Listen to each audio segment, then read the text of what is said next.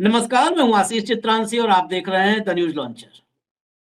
आज सोनिया गांधी 79 साल की हो गई। जन्मदिन है। जन्मदिन पर संसद भवन के भीतर मल्लिकार्जुन खड़गे, अखिलेश यादव सब ने सोनिया जी के लिए केक मंगवाया। राहुल गांधी भी पीछे खड़े रहे, सबने केक काटा। 79 साल उम्र हो गई। सोनिया गांधी ने सब कुछ, कहते सर्वस्व न्यौछावर सब कुछ इस देश को दे दिया। और रिटर्न गिफ्ट उनको क्या मिला है आज तक? गालियां, अपमान। देश की जनता ने नहीं, देश की जनता ने तो बहुत प्यार दिया। एक खास इकोसिस्टम जिसे हम भाजपा और संघ का इकोसिस्टम कहते हैं, मोदी का इकोसिस्टम कहते हैं, सिर्फ अपमान और गालियां दी। आज जन्मदिन के मौके पर सुबह सुबह क्या खबर आई? सोनिया गांधी पर एफआईआर के लिए यह मामला पहले खारिज हो चुका है, लेकिन वकील जिसको बताया जाता है कि भाजपा से उसके बड़े करीबी रिश्ते हैं, वो फिर जाता है सोनिया गांधी पर एफआईआर करवाने के लिए और अदालत सोनिया गांधी को नोटिस जारी करती है। 6 जनवरी को अगली सुनवाई है, अभी भीतर इसके चलते हैं।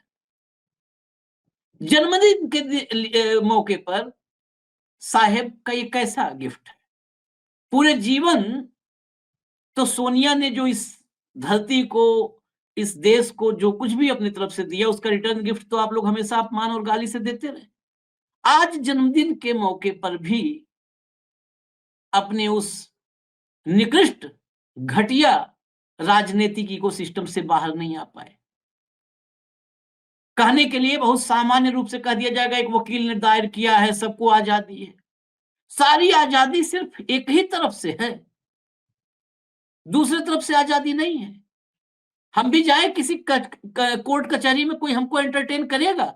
नरेंद्र मोदी पर एफआईआर के लिए मैं याचिका डालूं, मेरे पास डायरी भर जाएगी। अगर मामले की किस मामले में ऐसा बोलना इस देश की अखंडता के लिए खतरनाक है, एकता के लिए खतरनाक है, कॉन्स्टिट्यूशन के लिए खतरनाक है, डेमोक्रेसी के लिए खतरनाक है, बहुत कुछ है।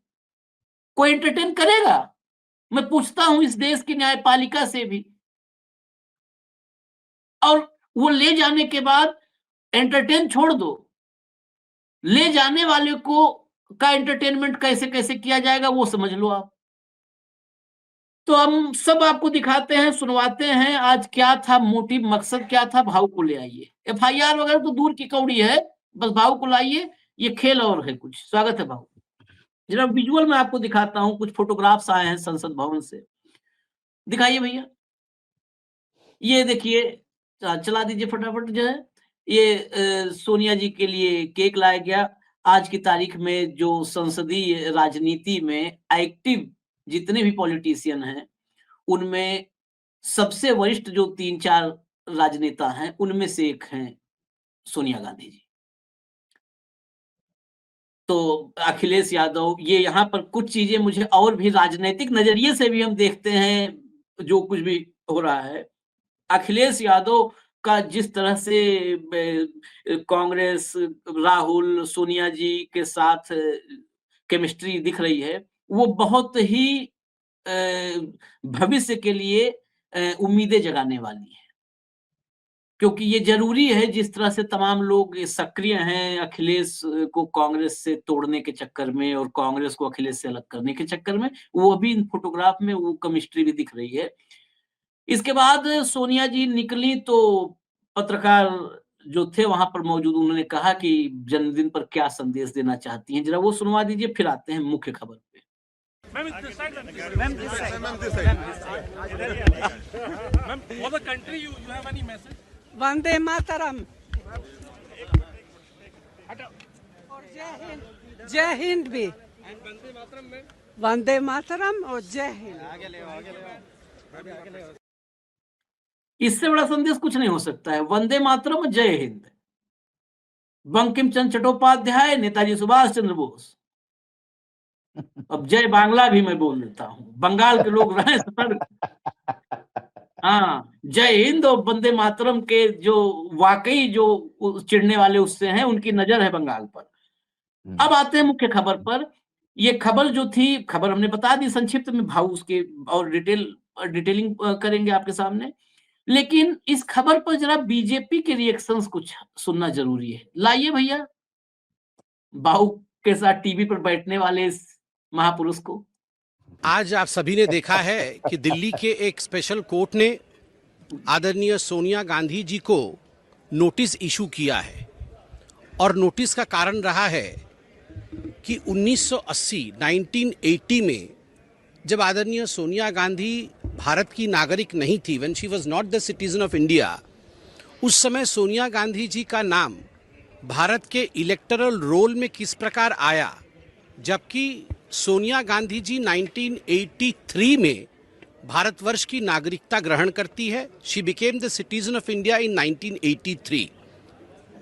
जिस थर्ड पार्टी ने पिटीशन लगाकर केस किया था, उनके वकील ने आज कोर्ट में दलील यह पेश की, जिसके बाद नोटिस इशू हुआ कोर्ट का, और दलील यह था कि अगर 1980 में जब सोनिया गांधी भारतवर्ष की नागरिक नहीं थी और उसके बावजूद नई दिल्ली पार्लियामेंट्री सीट में इलेक्टरल रोल में आदरणीय सोनिया गांधी जी का नाम आता है, उसका अर्थ है कि कहीं न कहीं some documents must have been forged.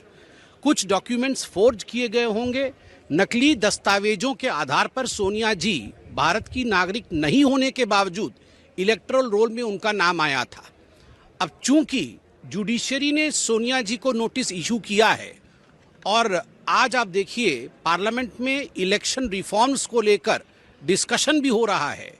मैं आशा करता हूं कि पार्लियामेंट में जब सांसद राहुल गांधी जी बतौर एलओपी अपने वक्तव्य को स्थापित करेंगे, वह स्वयं कांग्रेस पार्टी की बड़ी नेता पूर्व अध्यक्षा सोनिया गांधी जी के इस डिस्क्रिपेंसी के बारे में, जिसको आज कोर्ट ने भी संज्ञान में लिया है, उसके ऊपर भी अपना वक्तव्य रखेंगे। हम सब इंतजार कर रहे हैं कि उस पर राहुल गांधी जी क्या सफाई देते हैं।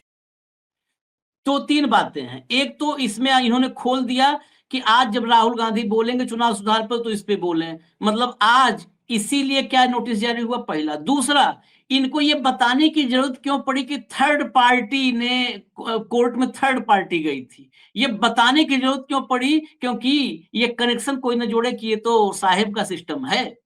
थर्ड पार्टी क्यों बता रहे हो? तो बाइक में प्रासंगिक नहीं है। और तीसरी बात, अभी आगे सवाल में सब मैं इसीलिए पॉइंट दे रहा हूं। तीसरी बात, क्या ब्राजील वाली महिला पर भी एफआईआर होगी? वो कौन से खोज डॉक्यूमेंट्स लेकर आई थी जो 22 जगह पर मतदाता बनी?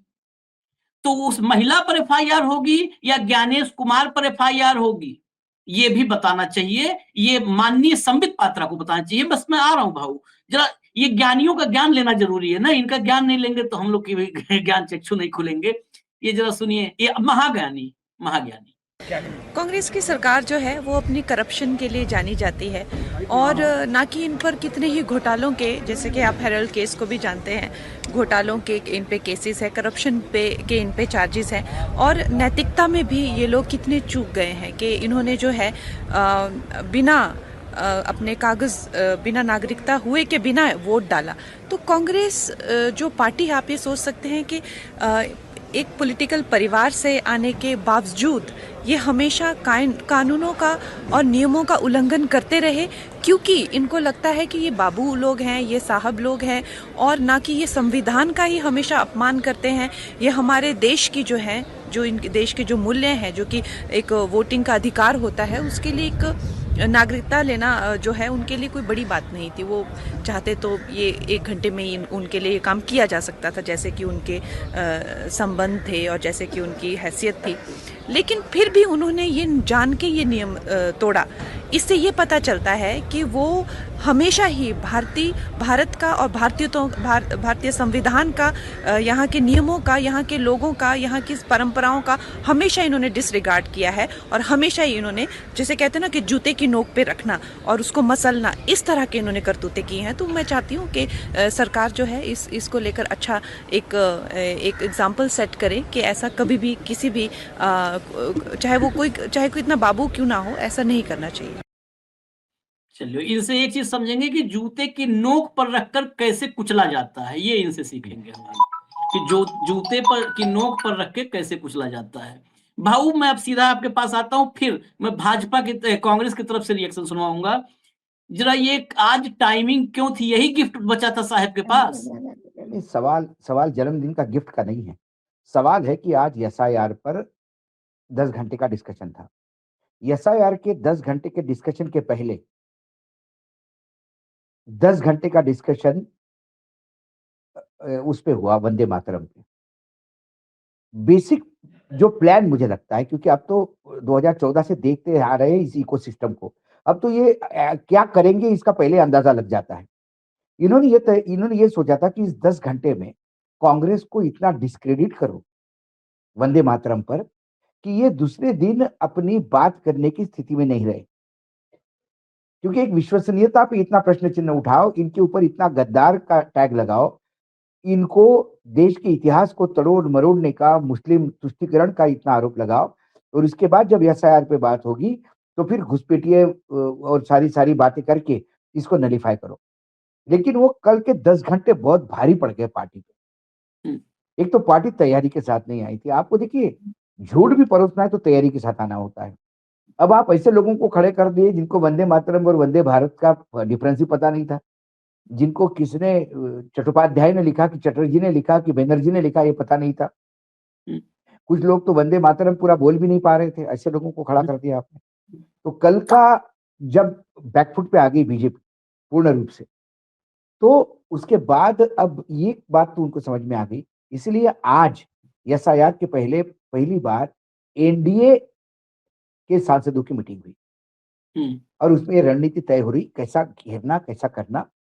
उसमें 2 इशू होते हैं। एक तो आपने आज 10 घंटे का डिस्कशन देखा होगा आशीष जी, एक तो सीरियस इशू को नॉन सीरियस आदमी को सामने खड़ा कर दो।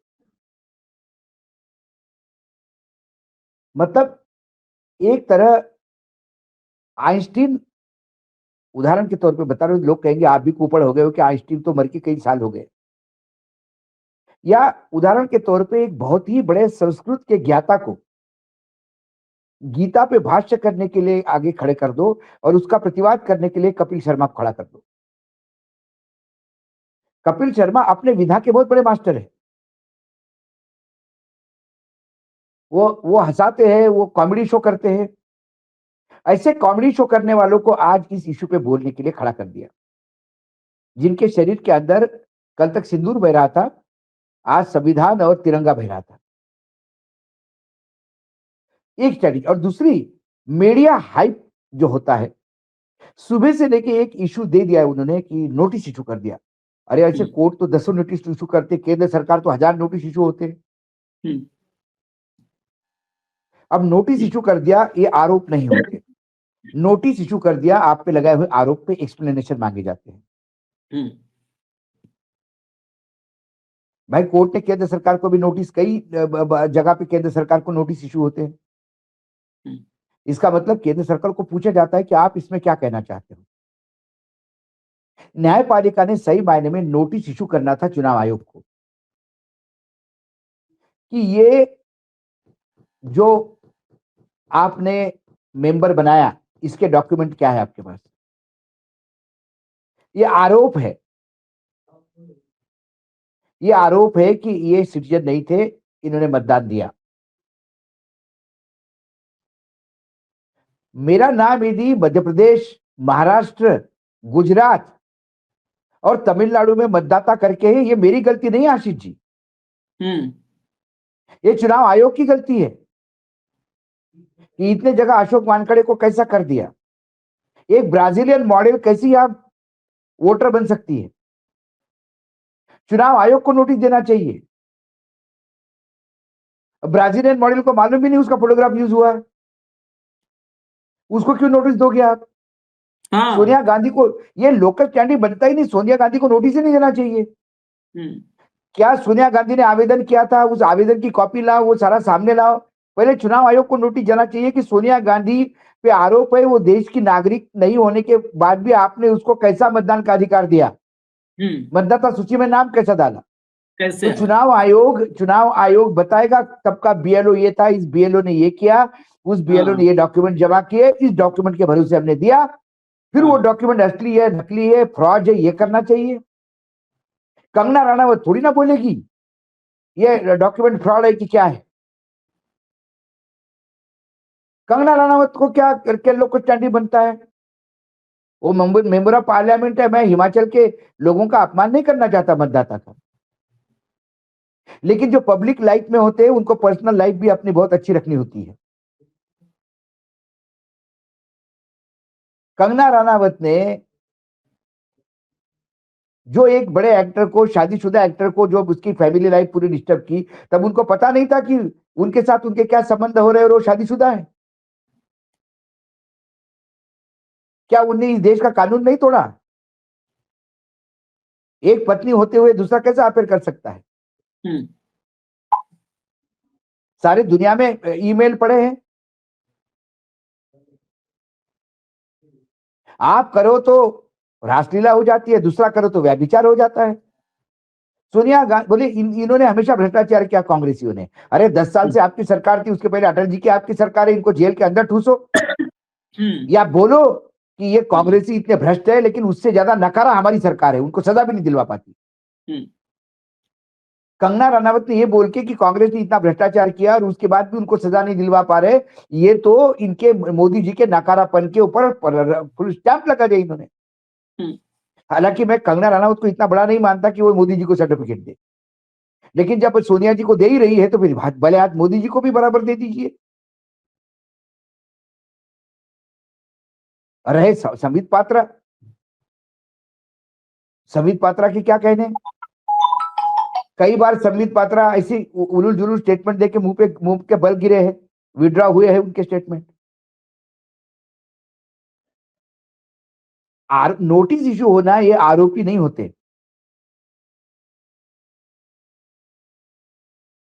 और दूसरी बात, इस पे ऑलरेडी कांग्रेस ने ये इशू पहली बार नहीं उठाया, ये कई बार उठाए।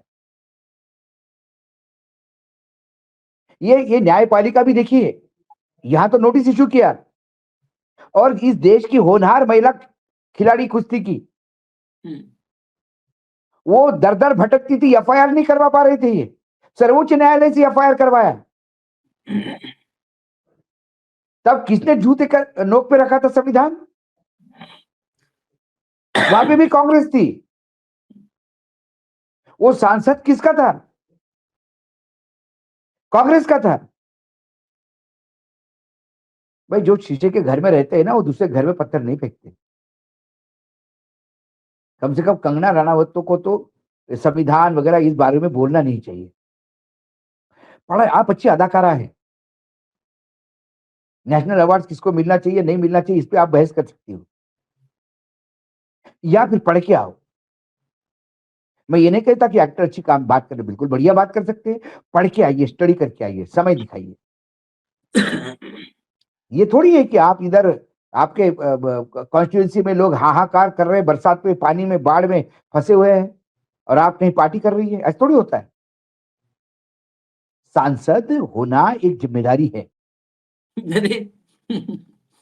आप याद ये दिला आप हाँ, तो ये बात है। तो इसलिए कंगना रनावत, देखो क्या है, मीडिया को भी आजकल एक हो गया, जो उलूल जुलूल स्टेटमेंट देते हैं उसका स्टेटमेंट लेने में मजा आता है, क्योंकि दिन भर वो चलते रहते हैं और पब्लिक भी बड़ी हंसी मजे ले लेके देखती है। हाँ, बस मजे चाहिए, देश को मजा मिल रहा है, फुल। पब्लिक को मजे चाहिए, तो ये जो लोग हैं ये ऐसे स्टेटमेंट देते हैं।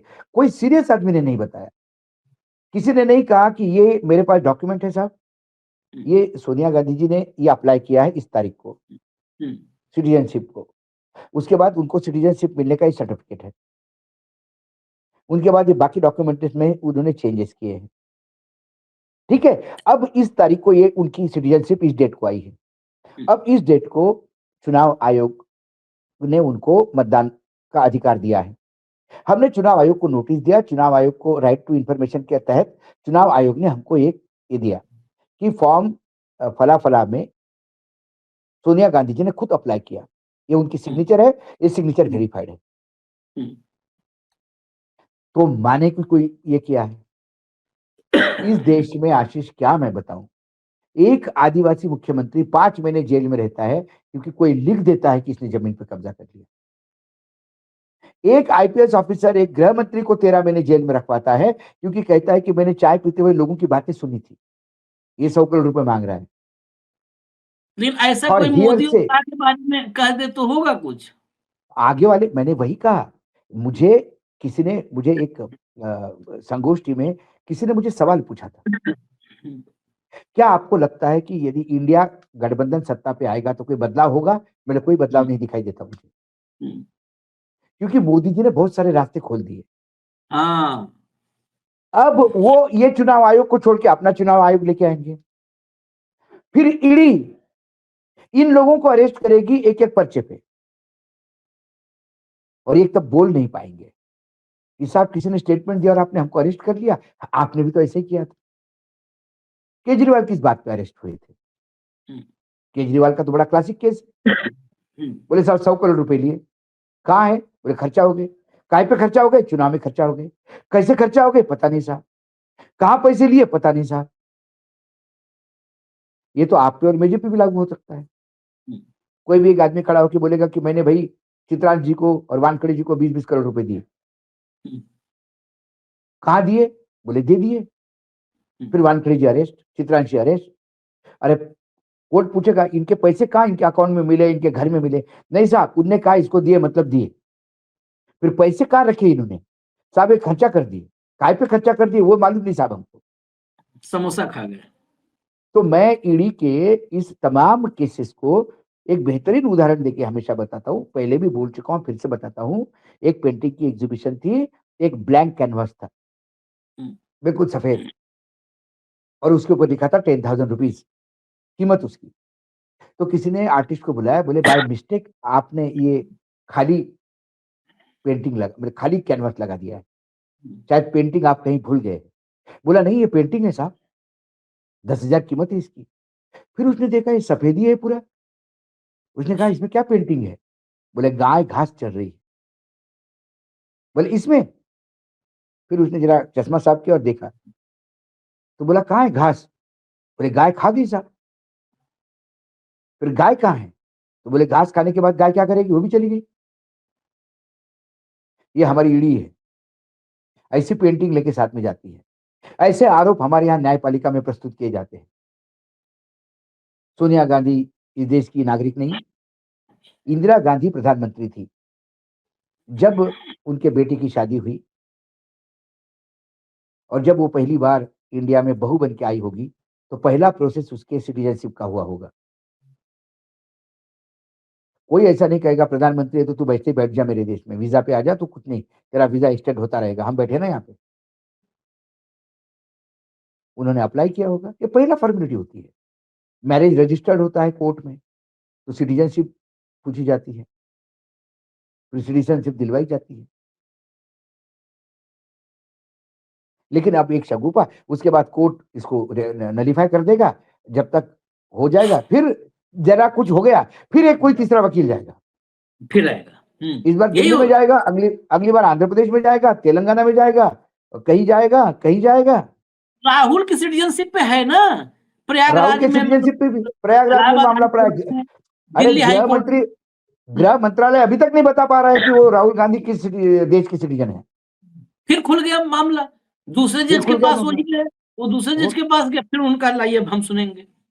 बिल्कुल। इस देश में 5 करोड़ केस पेंडिंग है, लेकिन सब राहुल गांधी पे सुन अभी ले। अभी मैं एक संगोष्ठी में किसी को सुन रहा था, हम्म, इतिहासकार था। मैं सुन रहा था लेकिन मैंने विश्वास नहीं रखा, मैं फिर भी कह रहा हूं। हम्म, उनने कहा कि मोदी जी किस समाज से आते हैं? तेली समाज से आते हैं। हम्म, उसको घोची ऐसा कुछ शब्द है, समाज माना जाता है।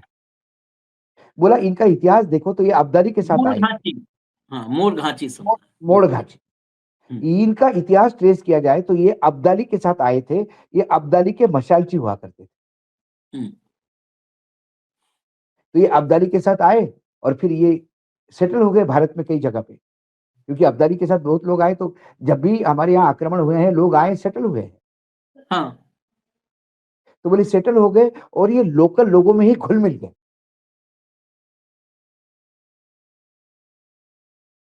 अब मैंने वो इतिहास उसका भाषण सुना मैं कल कोर्ट में नोटिस दे दूं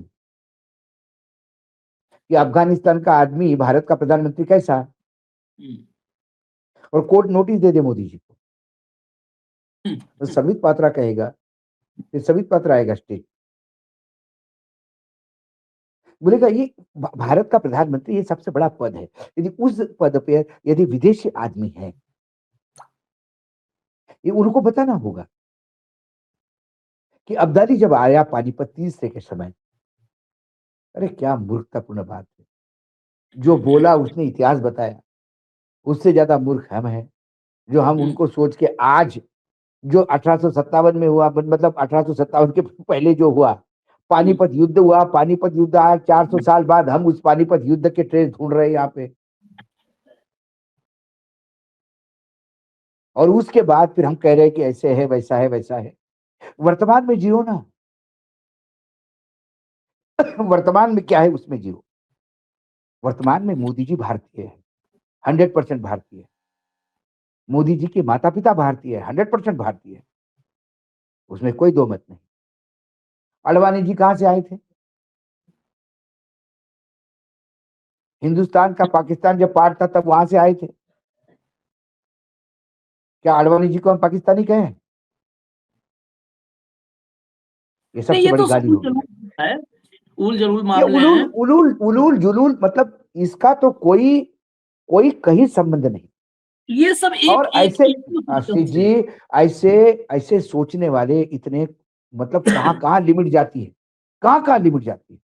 एक किताब पढ़ी मैंने, हम्म, और किताब पढ़ने के बाद मुझे लगा कि ये कुछ तो भी गड़बड़ है, तो मैंने वो किताब पढ़ने के बाद आदरणीय सुमित्रा ताई जी को वो किताब के बारे में पूछने गया मैं, तो जैसे ही उन्होंने किताब का हेडलाइन देखा, हम्म, मुझे उन्होंने कहा कि तुझे कोई और काम नहीं है, फालतू बातें पढ़ते रहता है तू, हम्म, कुछ अच्छा पढ़ा कर ये क्या कहां से उठा के लाया किताबें।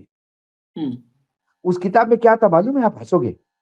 हम्म, उस किताब में ये था कि महाभारत के युद्ध के बाद सब राजा महाराजा खत्म हो गए, हम्म, और सारे महाराजा राजा महाराजा ही ब्राह्मणों को यज्ञ के लिए फाइनेंस करते थे, तो यज्ञशालाएं बंद हो गई, तो सारा ब्राह्मण समाज झगड़ा करने लगा, और सबने कहा कि दो भाग हो गए। एक ने कहा कि ये कृष्ण ने युद्ध करवाया इसलिए कृष्ण के विरोधी हो गए, और कुछ ने कहा कि कृष्ण ने युद्ध नहीं करवाया, ये तो धर्म की स्थापना करवाई। ये दो गुट बट गए, उसमें कृष्ण को मानने वाला गुट पड़ गया छोटा, उनका देश निकाला हो गया, तो वो यूरोप के तरफ गए चलते चलते, और यूरोप के पास जाके उन्होंने एक नया धर्म का स्थापना किया जिसका नाम था कृष्ण नीति धर्म। क्योंकि यूरोप में भाषा थोड़ी अलग थी, प्रोनाउंसिएशन अलग था, तो कृष्ण नीति का अपभ्रंश क्रिश्चियनिटी हो गया। तो जो क्रिश्चियनिटी जो है, जो क्रिश्चियंस है, ये ओरिजिनल कृष्ण को मानने वाले कृष्ण नीति के ब्राह्मण हैं। ये उस लेख में, वो किताब में था। जैसे किताब का कवर देखा था, मैंने बताया ये किताब में पढ़ रहा था, और ये तो बोला रख उधर साइड को, फालतू कुछ भी पढ़ते रहता है। मूर्ख है क्या तू? तुझे और कोई पढ़ने की चीज अच्छी नहीं मिलती क्या?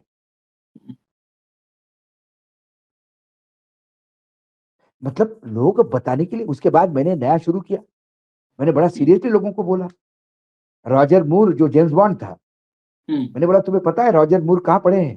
बोले कहा? बोले पुणे के फिल्म इंस्टीट्यूट में। बोला क्या बात कर रहे हैं? बोला हाँ, राजू मोरे, ओरिजिनल नाम राजू मोरे है उसका, हॉलीवुड में जाके रॉजर मूर हो गया। और कुछ लोगों ने उसको बिलीव भी किया,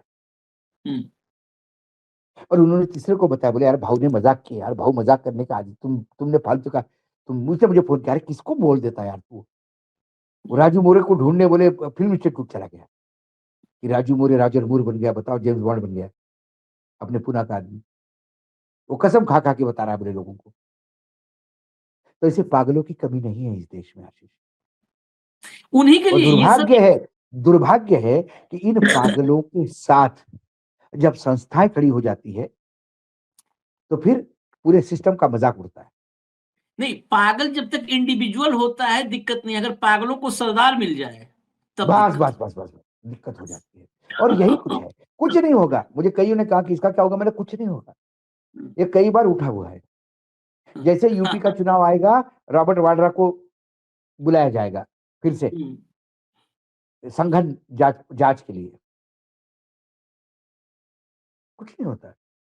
चलिए, खैर चलते चलते जरा प्रियंका गांधी को सुनवा देते हैं। प्रियंका गांधी ने इस पर क्या बोला है वो सुनवा करके बस वाइंड अप करते हैं। लाइए भैया, सुनाइए फटाफट प्रियंका गांधी को। कब आज सुबह?